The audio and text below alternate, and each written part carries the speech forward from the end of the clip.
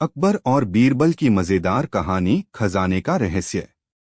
एक दिन बादशाह अकबर ने दरबार में घोषणा की, जो भी मुझे सबसे बड़ा खजाना खोज कर देगा, उसे मैं इनाम दूंगा। दरबारी सोच में पड़ गए, क्योंकि अकबर ने यह नहीं बताया था कि खजाना किस तरह का होना चाहिए। सब लोग अपने अपने तरीके से खजाना ढूंढने निकल पड़े। कोई सोना चांदी लाने की सोच रहा था, तो कोई कीमती रत्न। लेकिन बीरबल मुस्कुरा रहा था और उसने कोई तैयारी नहीं की। कुछ दिन बाद दरबार में सभी दरबारी अपने अपने खजाने लेकर आए। किसी ने सोने की मूर्ति, किसी ने बहुमूल्य पत्थर और किसी ने कीमती वस्त्र पेश किए। अकबर ने सबकी चीजें देखीं, लेकिन उनकी नजरें बीरबल को ढूंढ रही थीं। अकबर ने कहा, बीरबल, तुमने कोई खजाना क्यों नहीं लाया?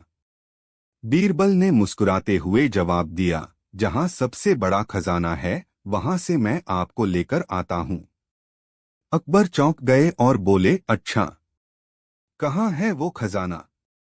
बीरबल ने अकबर का हाथ पकड़ा और कहा, आइए, चलिए। वह उन्हें दरबार के बाहर ले गया, जहां गरीब और साधारण लोग खड़े थे। बीरबल ने इशारा करते हुए कहा, जहां इन लोगों की खुशी और संतोष है, वही सबसे बड़ा खजाना है।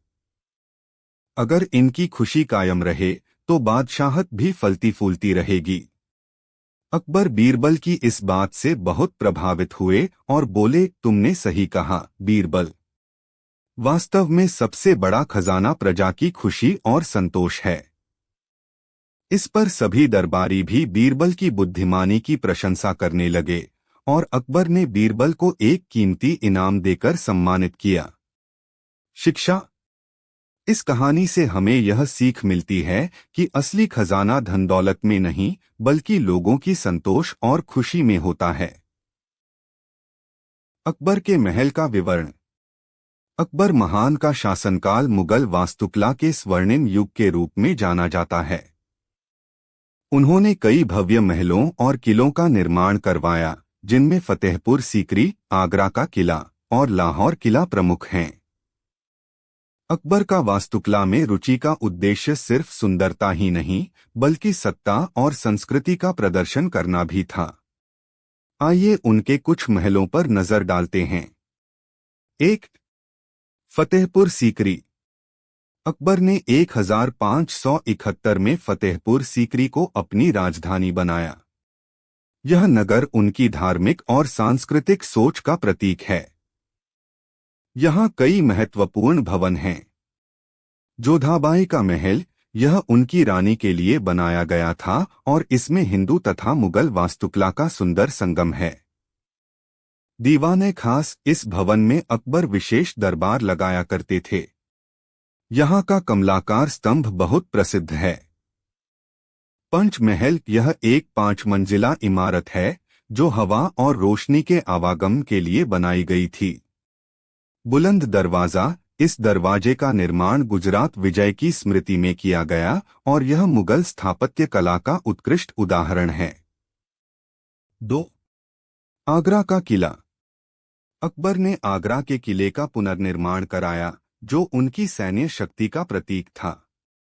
लाल बलुआ पत्थर से बने इस किले में कई शानदार महल हैं, जैसे जहांगीर महल, इसे अकबर ने अपने पुत्र जहांगीर के लिए बनवाया। दीवान-ए-आम और दीवान-ए-खास, ये सार्वजनिक और निजी दरबारों के लिए उपयोग में आते थे। 3. लाहौर किला। अकबर ने लाहौर के किले का विस्तार कराया, जिससे वह एक भव्य राजमहल बन गया। यहाँ भी मुगल शैली में सुंदर नक्काशी और पेंटिंग्स का काम किया गया। विशेषताएं। अकबर के महल मुगल और राजपूत स्थापत्य कला के मेल का प्रतीक थे। उनकी इमारतें मजबूत किलों के साथ साथ सुंदर महलों का संगम थीं, जो कला, संस्कृति और शक्ति का प्रतीक मानी जाती हैं। अकबर के महलों में वेंटिलेशन और प्राकृतिक रोशनी का विशेष ध्यान रखा गया, जो उस समय के निर्माण की विशेषता थी। अकबर के महल आज भी भारत की सांस्कृतिक धरोहर का हिस्सा हैं और हजारों पर्यटक इन्हें देखने के लिए आते हैं। जोधा और अकबर की मजेदार कहानी। एक बार अकबर और जोधा के बीच मजेदार तकरार हो गई। अकबर को अक्सर जोधा की बातें छेड़ने में मजा आता था, लेकिन जोधा भी कम नहीं थी।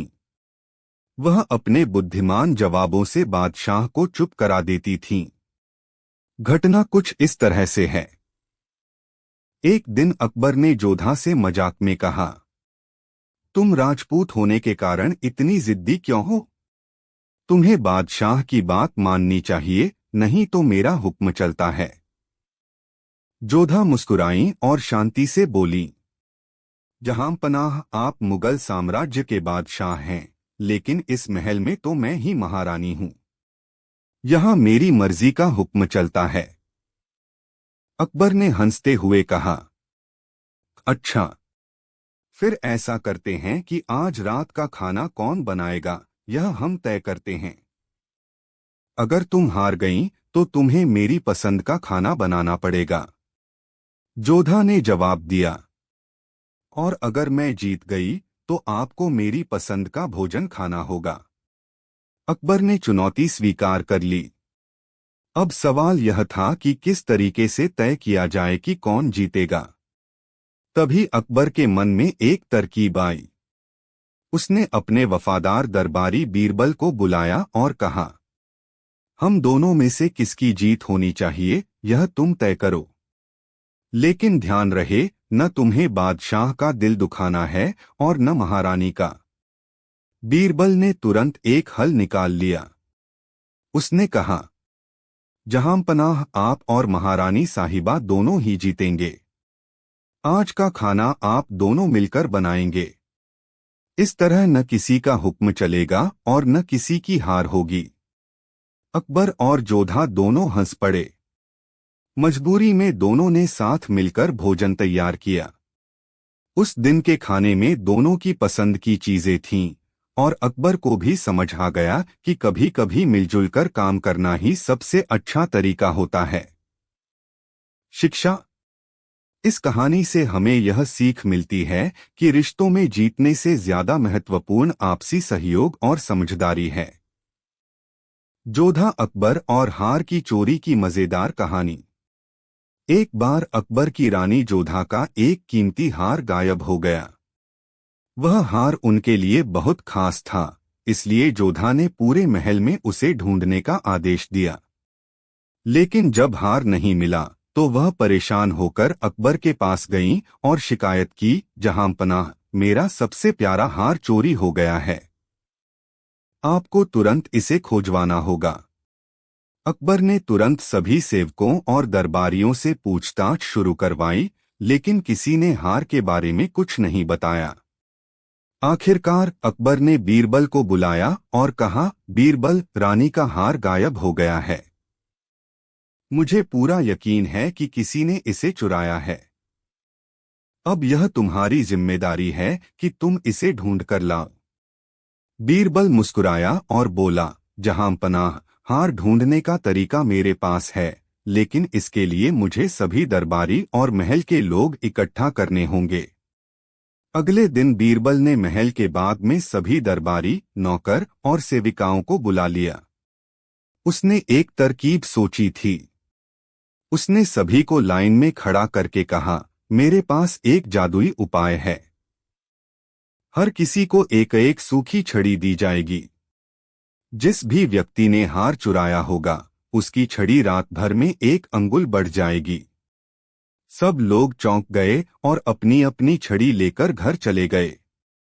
चोर भी भीड़ में शामिल था और डर के मारे सोचने लगा, अगर मेरी छड़ी सचमुच बढ़ गई तो सबको पता चल जाएगा कि मैंने ही हार चुराया है। इसलिए उसने चालाकी दिखाते हुए रात में अपनी छड़ी को 1 अंगुल काट दिया, ताकि सुबह उसकी छड़ी सामान्य लगे। अगले दिन बीरबल ने सभी को वापस बुलाया और उनकी छड़ियों की जांच की। जब एक व्यक्ति की छड़ी बाकी लोगों से छोटी निकली, तो बीरबल ने तुरंत ऐलान कर दिया, यही चोर है। अकबर ने आश्चर्य से पूछा, बीरबल, तुमने कैसे पहचान लिया? बीरबल ने मुस्कुराते हुए कहा, जहांपनाह, अगर वह निर्दोष होता तो उसकी छड़ी वैसी ही रहती। लेकिन डर के कारण उसने अपनी छड़ी काट दी, जिससे यह साबित हो गया कि उसने ही हार चुराया है। चोर ने हार कबूल कर लिया और रानी जोधा को उनका कीमती हार वापस मिल गया। अकबर ने बीरबल की बुद्धिमानी की तारीफ की और उसे इनाम दिया। शिक्षा। इस कहानी से हमें यह सीख मिलती है कि सच से भागा नहीं जा सकता और चालाकी का जवाब हमेशा समझदारी से दिया जा सकता है। अकबर और बीरबल की मजेदार कहानी, खिचड़ी कब पकेगी। एक बार की बात है, सर्दियों के मौसम में अकबर और बीरबल बगीचे में टहल रहे थे। रास्ते में एक तालाब था जिसका पानी बहुत ठंडा था। अचानक अकबर के मन में एक विचार आया और उन्होंने कहा, बीरबल, अगर कोई आदमी इस ठंडे पानी में पूरी रात खड़ा रह सके तो हम उसे 1000 स्वर्ण मुद्राएं देंगे। बीरबल ने यह बात सभी दरबारियों में फैला दी। कुछ दिनों बाद एक गरीब आदमी ने चुनौती स्वीकार की और उस ठंडे तालाब में रात भर खड़ा रहने का निश्चय किया। पूरी रात वह आदमी ठंड में कांपता रहा, लेकिन उसने तालाब के ठंडे पानी को सहन कर लिया। सुबह होते ही वह अकबर के पास आया और इनाम की मांग की। अकबर ने उससे पूछा, तुमने यह कैसे किया? इतनी ठंड में पूरी रात कैसे खड़े रहे? उस आदमी ने उत्तर दिया, महाराज, मैंने दूर से महल में जलते हुए दीपक की ओर देखकर अपनी हिम्मत बनाए रखी। अकबर ने क्रोधित होकर कहा, तो तुमने दीपक की गर्मी से खुद को गर्म रखा। तुमने धोखा दिया है। तुम्हें इनाम नहीं मिलेगा। यह सुनकर वह गरीब आदमी निराश हो गया और बीरबल के पास मदद के लिए पहुंचा। अगले दिन बीरबल दरबार में नहीं आया। जब अकबर ने बीरबल के न आने का कारण पूछा तो किसी ने बताया कि बीरबल अपने घर पर खिचड़ी पका रहा है।